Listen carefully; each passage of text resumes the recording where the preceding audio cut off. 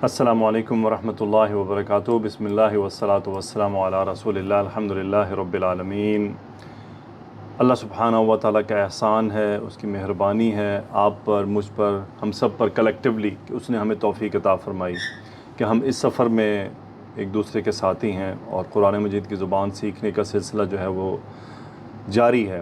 اور مجھے امید ہے اللہ سبحانہ و تعالیٰ کی رحمت سے، اس کی کرم نوازی سے، کہ امید ہے کہ یہ آپ کے لیے آسان اب تک ہوگا۔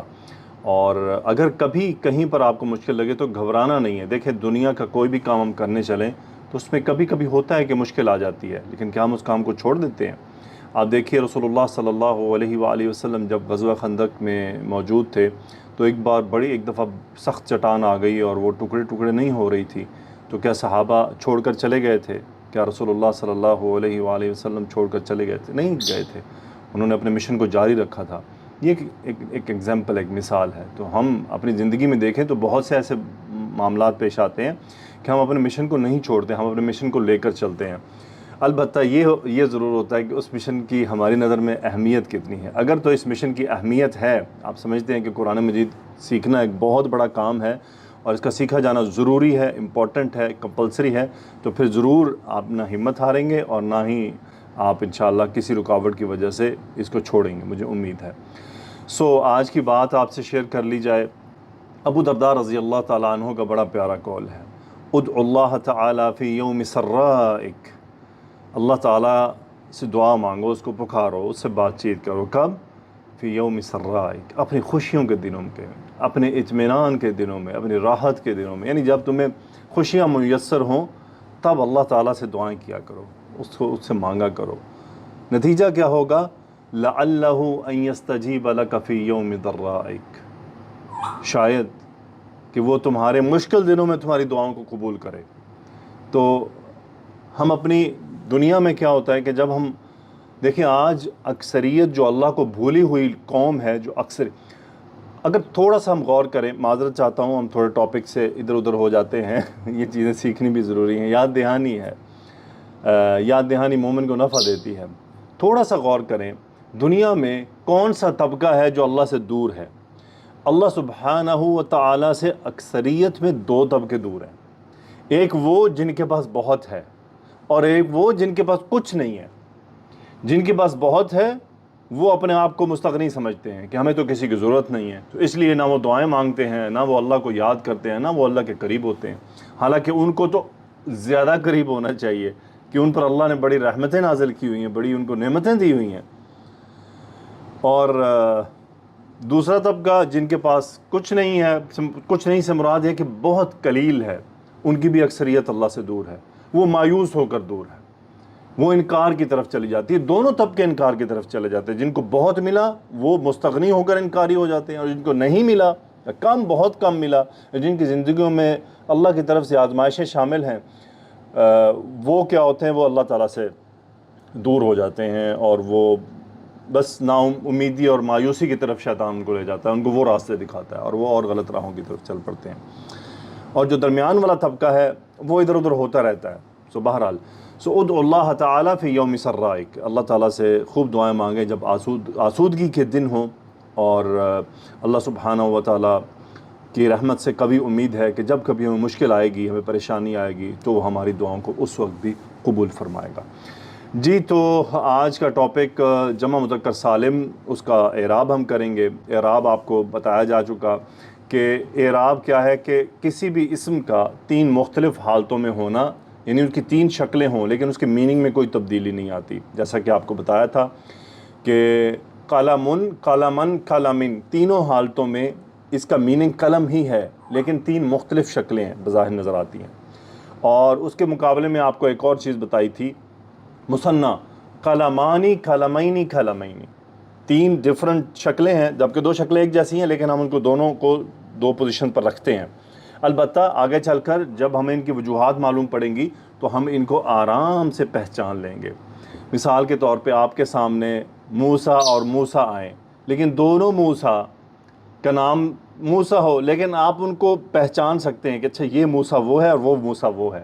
اسی طرح یہاں پر بھی ہم یہ مسلم قلمین کو الگ آرام سے کر لیں گے، کیونکہ آگے پیچھے ان کی شکلیں کے ساتھ جو اور چیزیں جڑی ہوں گی وہ بتا دیں گی کہ بھائی یہ جیسا کہ بعض دفعہ ٹوئنز ہوتے ہیں نا، اب ٹوئنز ایک جیسی شکلوں کے ہوتے ہیں، لیکن اس کے باوجود جو ان کی پہچان جانتے ہیں وہ آرام سے فگر آؤٹ کر لیتے ہیں کہ اگر دو شکلوں کے یعنی دو ہم شکل ہوں اور نام مختلف ہوں، نام تو الگ ہیں لیکن شکلوں سے پہچاننا بھی ہو جاتا ہے، چند علامات ہوتی ہیں جو ان کو سیپریٹ کر دیتی ہیں. تو یوں سمجھیے ٹوئنز کو پہچاننے کی بھی کوئی علامت ہوتی ہے، تو وہی کچھ انشاءاللہ عربی میں بھی موجود ہے.